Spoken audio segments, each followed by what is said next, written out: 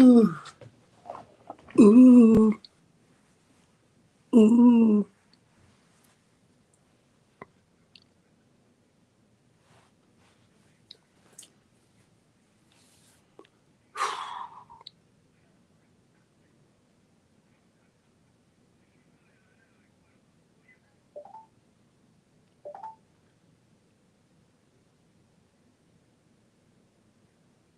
Hey, family. Hey, family. Alrighty. Steve Copeland from the Couch Conversation. Steve Copeland from the Couch Conversation. Steve Copeland from the Couch Conversation. Steve Copeland from the Couch Conversation. Steve Copeland from the Couch Conversation. Steve Copeland from the Couch Conversation. Steve Copeland from the Couch Conversation. Steve Copeland from the Couch Conversation. Steve Copeland from the Couch Conversation.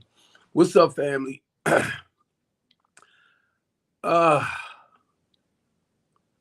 what's up?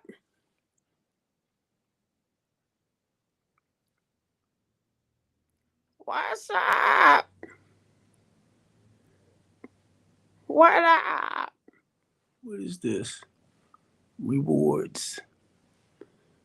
I'm messing with my TikTok too, y'all. I'm messing with my TikTok. Well, Steve Copeland from the Couch Conversation.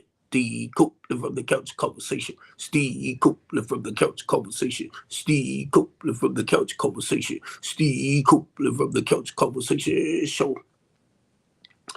All right, family. I hope everybody doing okay on this Martin Luther King holiday. On this Martin Luther King holiday. Reverend Dr. Martin Luther King. And y'all know this is the Couch Conversation show.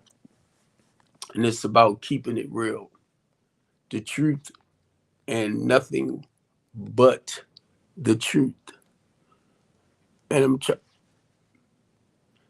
trying to see what is going on with my background on my restream.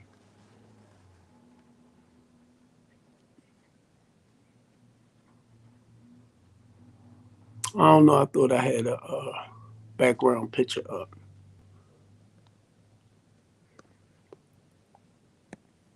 I don't know where that come from. Oh, it closed up my picture some. And let me stop messing with this thing before I end up knocking it out. But today, Monday, the 20th, on the Couch Conversation show. And it's all about keeping it real. It's all about keeping it real. And Monday, my topic basically supposed to be for South, which is central booking. Actually talking about the prison or the prison system. Okay. Now, for a lot of y'all that don't understand, I normally try to just do a little scenario to keep you a little bit up to date. March the 12th of 2023. Wait, I'm trying to search for that. I was arrested. Now I'm a community activist. I'm a community organizer. I'm a community outreach coordinator. I do a lot of work in the community. And I was just giving titles. That's all. homeless advocate, human rights advocate. But all in all, Fox 45 News called me the voice for Baltimore City. Mackenzie Frost, when they introduced me as the voice for Baltimore City. I speak out for the community or the people that's afraid to speak up for themselves.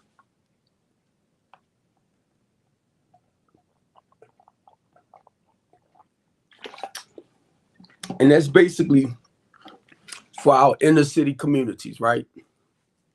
So in a sense, they consider me in the community as a problem.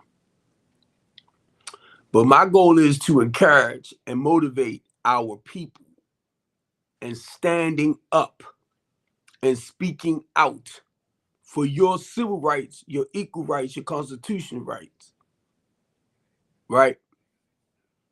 That's the goal. To encourage you, to motivate you to stand up and fight for your equal rights, your constitutional rights, and your civil rights, for your freedom, your liberty. But yeah, some people came together and they decided they wanted to get me off the streets, to shut my mouth down. And I'm reading your comment, no respect. Did I see you at P. Diddy's house party?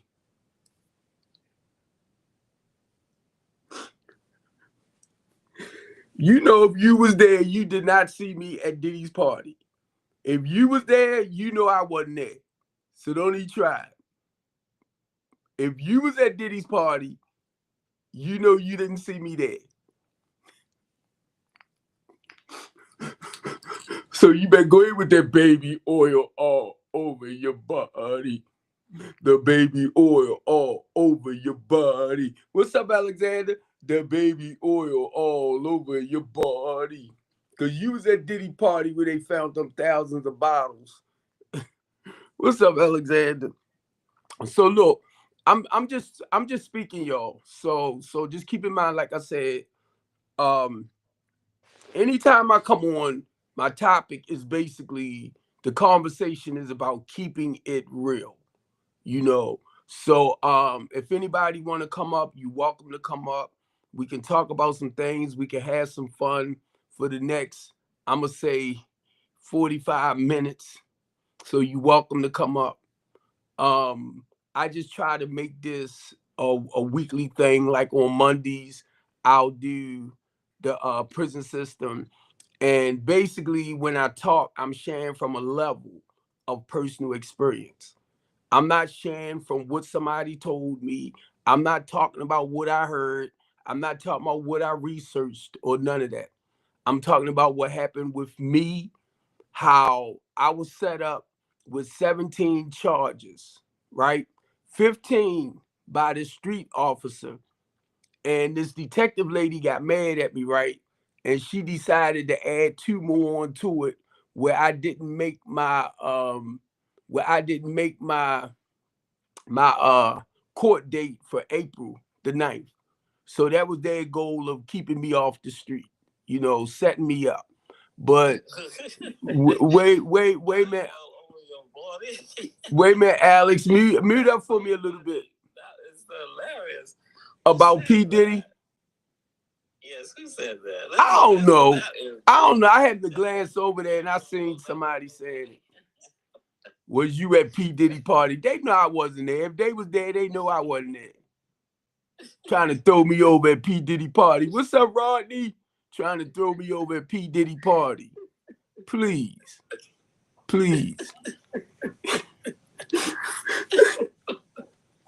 Alex is from the UK, y'all, if y'all could hear him.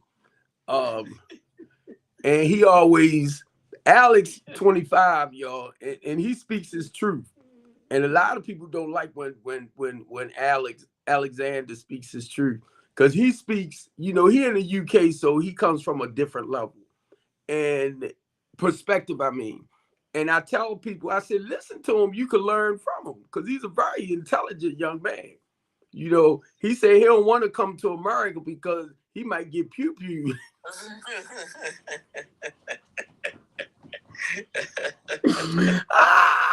But yeah, I met Alex, what, maybe about 6 months ago, and we was both on a I'm gonna say a spiritual, you know, religious platform, and we kind of kicked it from there. It wasn't about trying to chew each other out or nothing like that. And I respect him for where he's at and everything. Bro, you was at Diddy party. Who said that? Who said that, Alexander? Y'all must have been at Diddy party, because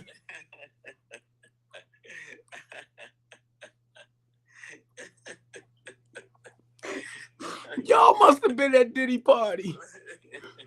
He said, y'all probably was the one brought the goddamn going baby oil. Somebody said pin a notice on the viewer. But yo rock. Hey, I'm gonna tell you, you can stay out there and say little stuff like that. I'm all right with that. Because if you want some attention, you very welcome. You very welcome. I'm all right with that. Because I know people look for attention, you know, try to have a little fun, and it's okay. But let me kind of go here, Alex, for what you be talking about too. I mean, I done heard people who got arrested because of false information, and they did time. They did time. Like, they might have got arrested when they was 16, 17, and they just coming home after 30, 40, 50 years. I'm like, what? But I can see how it starts with the police report and charges.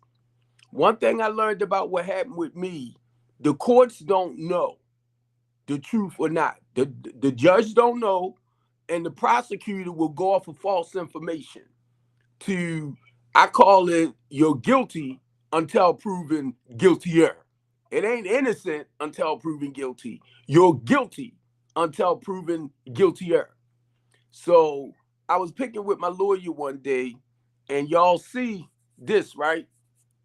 I said, so their whole goal was to screw the black man. He said, somewhat. And this is the sad part, Alex.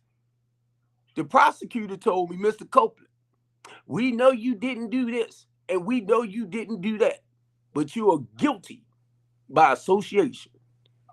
But we know you didn't do it. I'm like, now, mind you, they don't know, because I'm assuming my lawyer didn't tell them, that the person that I supposed to have been accused of assaulting is like my nephew. What I look like trying to hurt somebody when his aunt, wait a minute, Alexander, when his aunt called me and asked me to help. But isn't that a civil rights violation? All of that. All of that. All of that.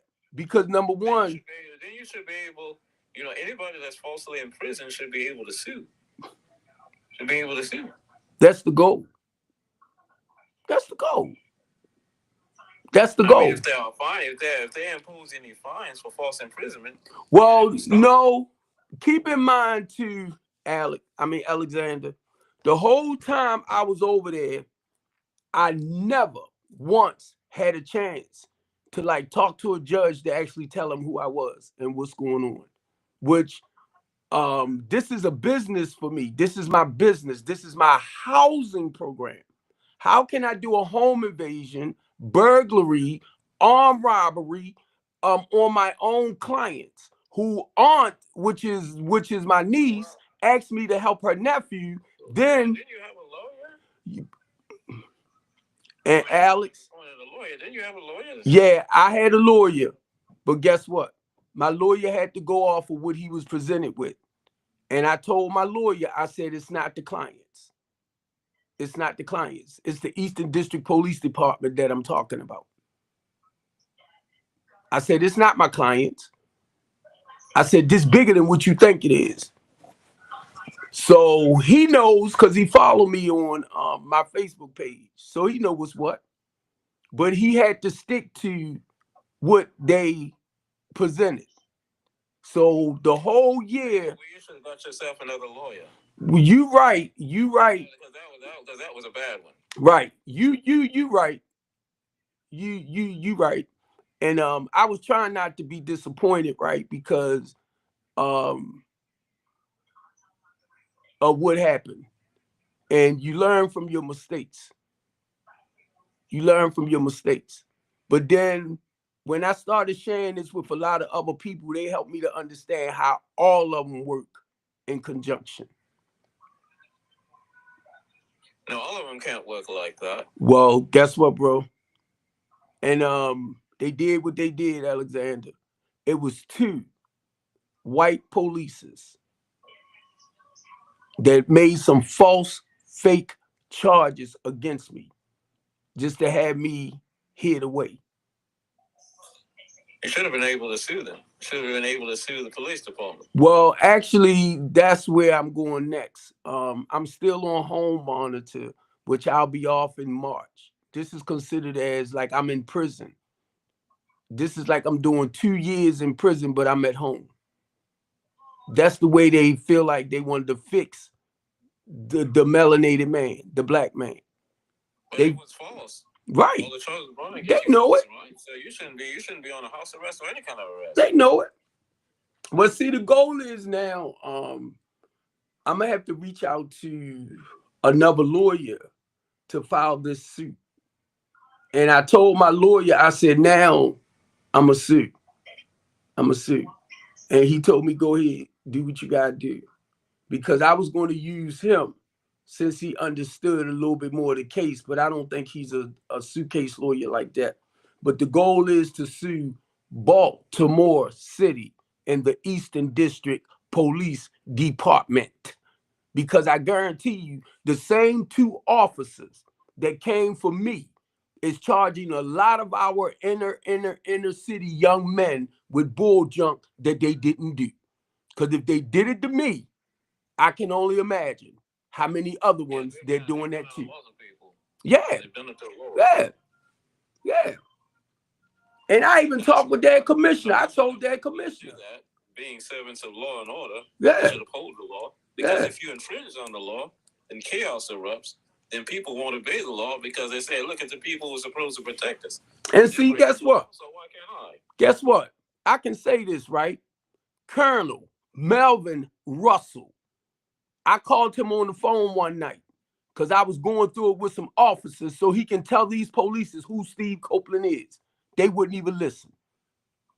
I had 3 officers in front of me, right? And these guys, something said, shut up, Steve, because they waiting for you to make a sudden move. They waiting for you to do something so they can take you down. And I went straight to Twitter.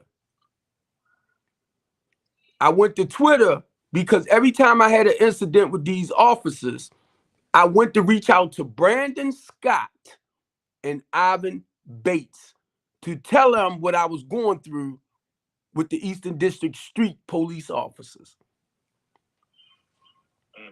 I even reached out to the commissioner at the time 3 times to tell him the hell I was going through with these Eastern District Police Departments. So now what I'm gonna have to do, I want to wait until I come off of this because I have made statements the same way they cut their camera on. I cut my recording on. I cut it on because we was out there in the streets arguing. And my thing is, y'all get paid. Y'all get paid to protect and serve. I'm in a community trying to build up. I don't get paid to come into the community to encourage and motivate our young men to live right and do the right things. You know what I mean?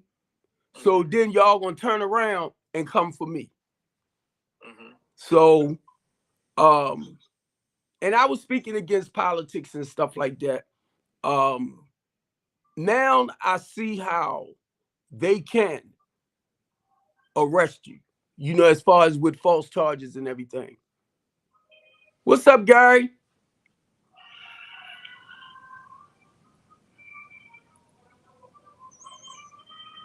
I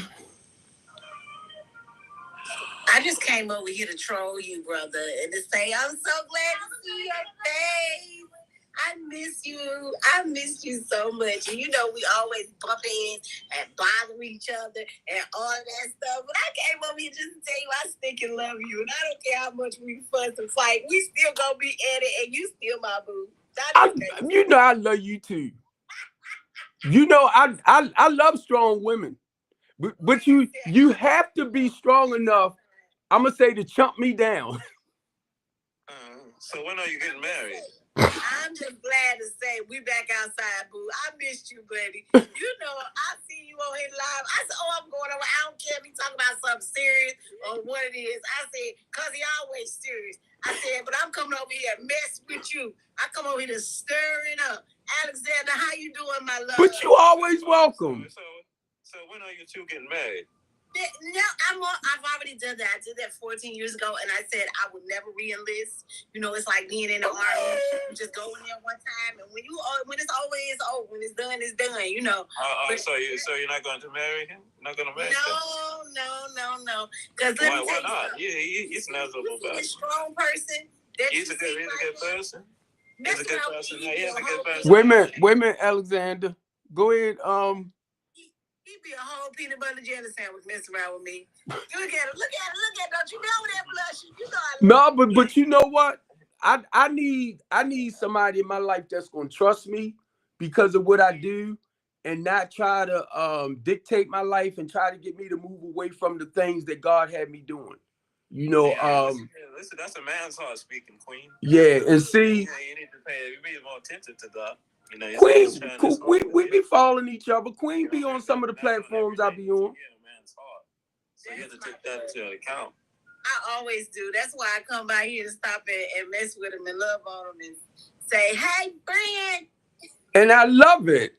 I'm serious. Alexander, and I promise you, I'm the only one to be like, "Listen, sir, come on down. Listen to the people. Let the people talk. Let them say something. We gonna get him in a minute. I'm gonna let you get him. Just give me a second. Let me help. I will get him. It's true. And you know what? To be honest with you, I can't get too mad because of what I do. I get a lot of people that comes for me because they don't like the way I present stuff, which is okay. Because I've been doing it for years. About the truth, Right. And the truth is right. Offensive. The word is offensive. Yeah. Correction is offensive. But at the same time, you can correct in love, and that's where I come in. Right. So I'm gonna let you. I'm gonna let you get him. But at the same time, sometimes we have to shift it, calm them down, let them go sit down somewhere. You know what I mean? And See? then. You know what I mean? Then we go get them. We got a strategy to this madness. Right. Right? Right. You know what I'm saying? When I be like, let them go, let them talk, say what they want to say. Then I'm gonna back up and I'm gonna remove it. I'm like, now get them. and see, that's what I was telling somebody the other day. It was two females that was speaking my language, and I said, y'all are like, for me, because I'm always out and I'm up front. I said, y'all the type I would just sit back and relax and say, y'all get them. Yeah, because I need strong, powerful, like-minded people in my life. And I've been praying and asking God to put like-minded people, God-fearing people in my life because, I am a warrior and my mouth is my biggest weapon. And I don't want to lose that gift, but I want to learn to be more articulated with it, and now if I'm speaking in public, if you ask me to come somewhere and speak, no, I might not be as loose as I am on here, but it's real. And even being in the body of Christ, I run across a lot of bishops, pastors, ministers, stuff like that. But I run across the ones that's true and real, who understand that no matter how we might strive for greatness, but we do stumble and fall. But the thing with that, Queen, and I try to encourage everybody, no matter how you stumble and fall down, or you not living as heavily bound and as perfect as you think you should, don't stay down. Don't stay down. You know, but could you answer this question? come on. Stephen, could you answer this question for me? Oh, Big Rob! Come on. It's always intrigued, man. Come to say, give y'all a shout out and some love. It's Robert. Hello, Rob. Yeah, hey, buddy. How you doing? I see. Hey, I came up to see you and him. Yeah, and I gotta call Ruby later too, cause she was telling me, something about her mother. For Ruby, I'm very worried about her because of her condition. Hold up, Alex, be quiet. Don't. Queen, why you leave your pretty self? Oh, look, Robert. I mean, look, Alexander. Oh. Stephen has eyes for you, Queen. Oh. He lit up like a Christmas tree. You ain't kidding. Here, troublemaker. Listen, I miss my friends on TikTok. Yeah. Seriously, I came in here to poke the bear like I always do, but I really miss you guys, and I'm gonna make sure I send you my info. Okay. We gotta stay connected, no matter what this app does. We gotta just stay connected, guys. And I just wanted to say that. And I'm gonna leave it out, but I wanted to show you my smiling face. Oh, thank you. Yeah, Stephen appreciates that a lot, more than you ever know. You're part of my circle. You made his day. I tell you what, though, I do wish, though, that, and I hope y'all don't take this the wrong way, I wish it would have been off for at least a week so that people would respect it more and be more, you know what I'm saying? To be right. more humble with it. And see, Haley Boone missed you. And see, it didn't bother me as much. When you were on TikTok, he says, "I really miss Robin because he's so hot."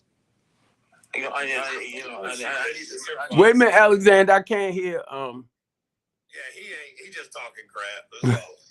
Yeah, no, I miss you with that. I'm with you with that one, Robert. I do agree. I just hear a lot of hate and a lot of disrespect. Yeah. Yeah, it's like COVID was a warning. It was a wake up, And for me, this was the same type of warning and the same type of wake up. Some people wake up and some people don't. I totally understand that, and I agree with that wholeheartedly, 100%. Now, did I miss my friends? Was I concerned about, seeing them? Yes, I did, but at the same time, I made provisions. So there's a link in my bio. You can click and you can contact me through anywhere. You know what? I got something really interesting to tell y'all. Yeah. And Stephen knows this, Alex knows this. I voted Trump, and I'm not crazy Trump, but I'm Trump. I like most of the stuff, but I heard a rumor that they were going to take the fathers who pay child support and let them file taxes on the kids. Let me tell you something. I would argue that because I'm a single dad who gets child support, and that child support does not pay nowhere near what it takes to raise two kids. I got two. I got a 6'1" 13-year-old and a 5'9" 12-year-old, and they eat. They get shoes. They're growing. Clothes. I thought to myself. But the thing was, somebody said, "Well, are you saying you regret your vote?" Not over one thing. I'm not. But I disagree with this. And I think that people that should make this decision should be in our situation, single parents. Because they'll realize what they do get. If they're going to do that, they should give, instead of getting, say, $500 for two kids, you should get $900 or $1,000 if you're going to let them claim the taxes. You know what I mean? I'll take that. What about the people, Robert? What about the people, Robert, that only, see, in my case, the parents don't work, right? So they only have to pay $50 a month. Right. Only $50. Like that's what they're charged to pay. If they can't find an income for them or figure out what they pay, it's only $50. What state is that? That's crazy. It's most states. Yeah, some of them don't. I'm in Virginia and I got 2 boys, right? She pays in North Carolina. She pays $517 a month. That's $258.50. She has a job that they can track. Like she has an income. Oh, okay. I got Right. that. Right. Like, you know what I'm saying? Like my parents so are they getting track the job off them. They pay the minimum. They pay the minimum, which is $50. And see, I paid over $1,000 a month, but still, when my kids would call me and they needed $200, $300, $400, they would call me like they needed in 2 weeks. They would call me ahead of time, and I didn't tell them no, even though I knew their mother was making sure they was taken care of. That was the blessing with that too. But I don't want to say it's not about the money, because it is about the money to a lot of people. But my thing was, they are my children no matter what. They are my children. And you don't let money come in between that, And right now to this day. Ethical as you and as moral, I promise you, I take care of my brother's daughter. Right. You hear me? My brother. The baby's mama, who they took the baby from, is more consistent and more considerate than he is. And he got a job, a wife, another family, all of that. This little girl is she's an alcoholic. Woo. I say she show up every Christmas with stuff. If you ask my baby what she got for Christmas from her father, you know what she's gonna tell you? Nothing. Wow. And I did foster care with my nieces and nephews. And I did the kinship foster care because I didn't want to see them in the system. Yeah, I didn't want to see them in the system with nobody they didn't know. And then my mother taught us to hang in there together. It was family. I had 3. Yeah, I had 3 brothers older than me, and I had 3 siblings younger than me. And basically, I raised them. My mother taught me how to cook, clean, sew, all that.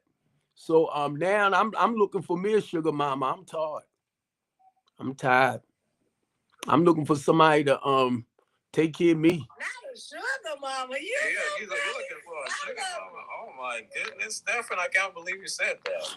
I didn't took it. I'm a sugar mama. I'm a retired sugar daddy. I'm looking for a sugar mama now. I be hearing these women complaining about men want this, men want that, like irresponsible men. And I'm like, look, I done took care of families all my life. I'm looking for somebody to take care of me now. They talking about they want a good man. I'm like, you looking right at one. I hope you heard that one, Queen. That was a message to you. I ain't mad at it. Nah, I'm yeah, see, because of what I'm doing business-wise, any female or any queen that comes in my life, she don't have to worry about nothing. I just want to make sure I have somebody have my back, because I'm just so used to giving. Yeah.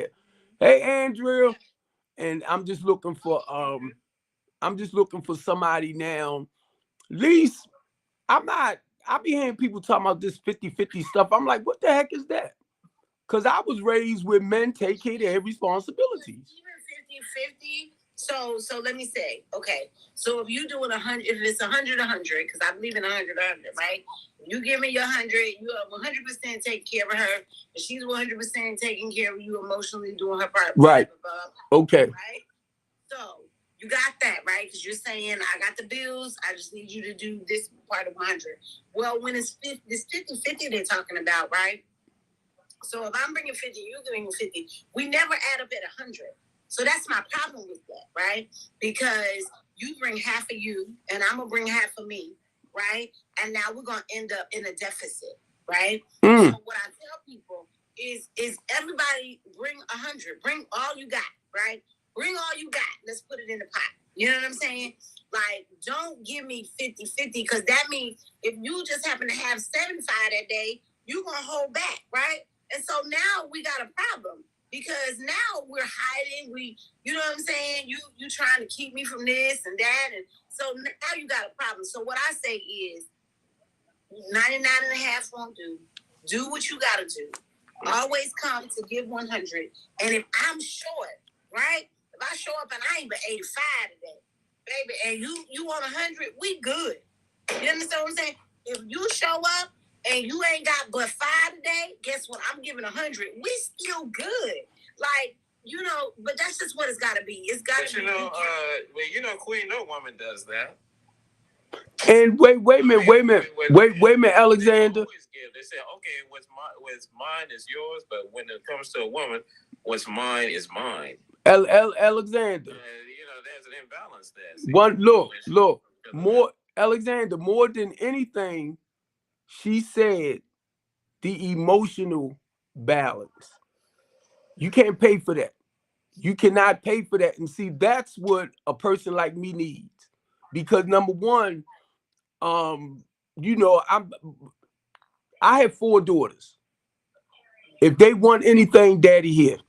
I have a 21-year-old son. If he want anything, daddy here.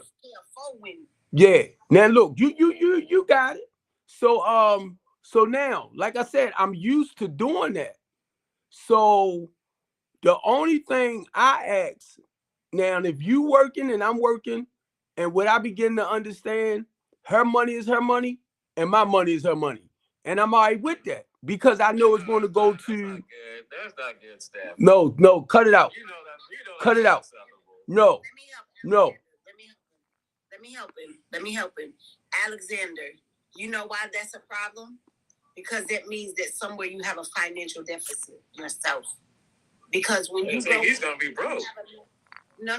Listen. You're gonna be broke doing that. Nope. You're gonna be reaping the benefits of his labor.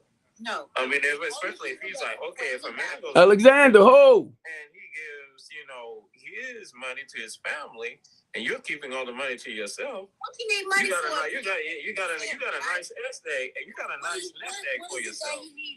Wait a minute, Alexander. Hold up, Alexander. Didn't you say, Alexander, you married? I'm in an arranged marriage, yes. No, okay. Hold up, Alexander. Do you and your wife have your own place? Because the woman, Alexander, listen to what I just said. Do you and your wife, because she says, Alexandra, agree to take care of your emotional needs. Alexandra, fix your dinners for you. Alexandra, take care of your clothes. Slow it down. I can't keep calling your name. My only responsibility is to take care of her financially. Alexander, make sure that there's food on the table.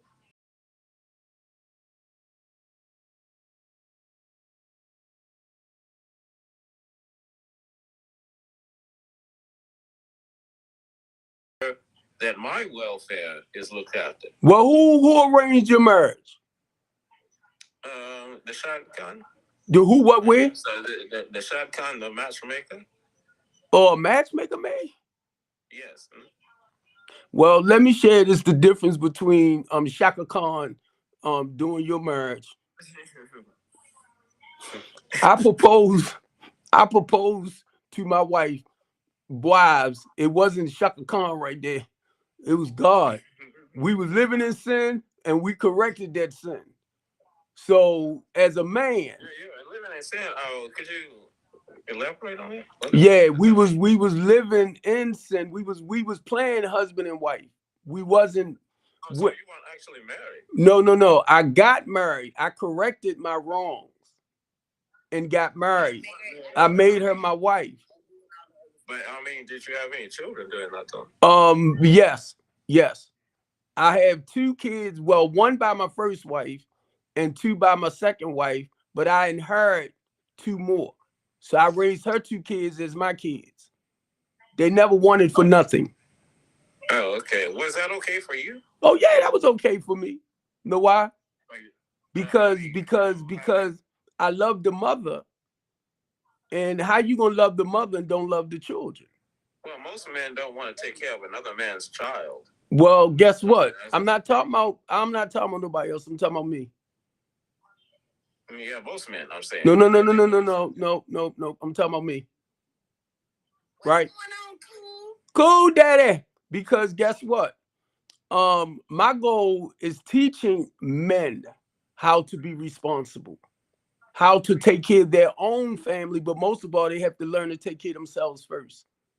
If you don't know how to love you, you don't know how to support you, if you don't have all of this within you, being honest, having faith and trusting in your own self, you won't be able to give it back to nobody. What's up, cool? You won't be able to give it back. So I teach people how to learn how to love and respect themselves first. You have to have a relationship with yourself first. It takes a real man to raise another man's child. Thank you. You know what I mean? It really does. It says a lot. It speaks volumes about what type of person you are. No, but that's just like someone coming up to you and saying, "Hey, tow this bag of hay for me." I mean, you're gonna look at that person like, "What? You should be doing that yourself." No, I'm not. No, don't put that obligation. What's up, cool? No, I'm not. Not when the person is not even there to do that. So it's not the case. That's not the person, because that's not like you saying, okay, I want the hay, but then you want the result with whatever thing was made with the hay, right? So what you're saying, you want the result, right? But you don't want to do the work. Yeah. But if you hire, say, okay, let me rephrase it like this. All right, cool. But what if you hire that person? Well, cool. I mean, and that person that you hired comes to you and says, "Hey, you hold a hay. I'm not going to do this." You're going to look at that person like they're out of their gourd and say, "Hey, what are you doing?" No, listen to what you just said. This is something that you're supposed to be doing. Listen to what you just said. If you hire that person, if I hire you to do a job and you don't do your job, do you think you still going to be hired? Or get paid? Of course not. Okay. But are you going to take care of that person's work obligations yourself? Yeah. So no employer. So let me go back to what you're trying to equate that with. When I met my second wife, her oldest daughter was like almost 4. Then she had a 2-month-old. But she caught my attention. She was dancing off of Mary J. Blige, "Baby, Don't Go." And that's how she caught me. Hook, line, and sinker. But anyway, if I care for you and I'm dating you and you have children, your children are mine. It's a package deal. Right. My oldest stepdaughter, her father and I grew up. Well, I know her father and his family and everything from the streets. But anyway, my 26-year-old, her father, I knew him from the neighborhood. But guess what? He's daddy number 2. I'm daddy number 1. Believe it. All day. The thing is this, that men don't understand. You missed it. You mixed what I just said, Alex. When you get in a relationship with a woman and she has children, you're setting yourself up to get into a quagmire. No. Because the children will come to resent you as a stepfather, first and foremost of all, because you're not their dad.